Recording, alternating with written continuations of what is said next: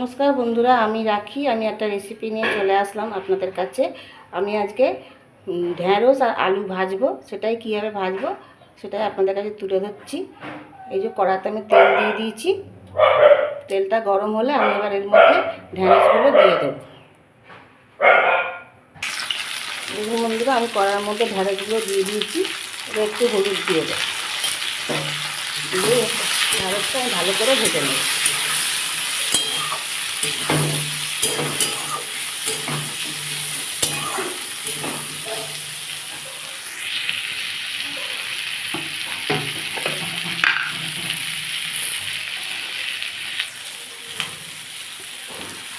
সামান্য নুনও দেবো।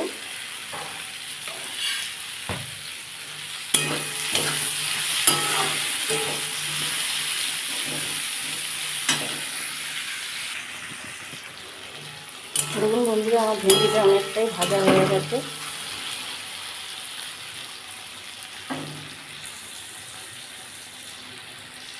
এবার এটা আমি একটা বাটিতে তুলে নেব। দেখুন বন্ধুরা, আমি এইগুলো তুলে নিয়েছি, ঢ্যাঁড়সগুলো বা ভেন্ডিগুলো।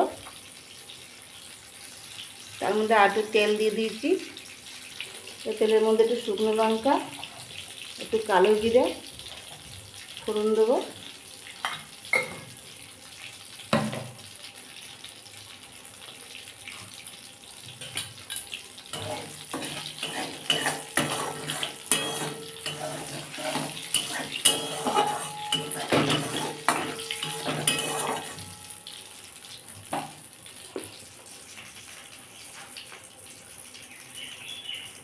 আমি এবার এর মধ্যে আলুগুলো তুলে দেবো।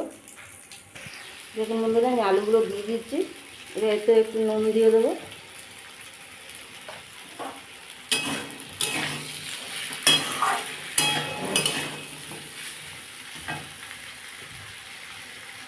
আর সামান্য হলুদ দিয়ে দেবো।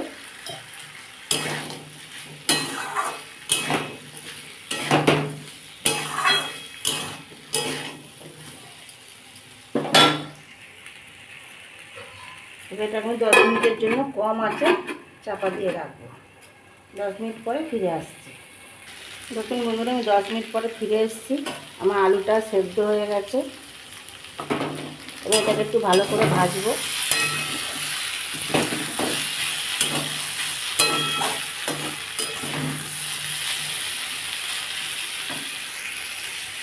এবার এর মধ্যে আমি ভেন্ডি বা ঢ্যাঁড়সগুলোকে দিয়ে দেবো।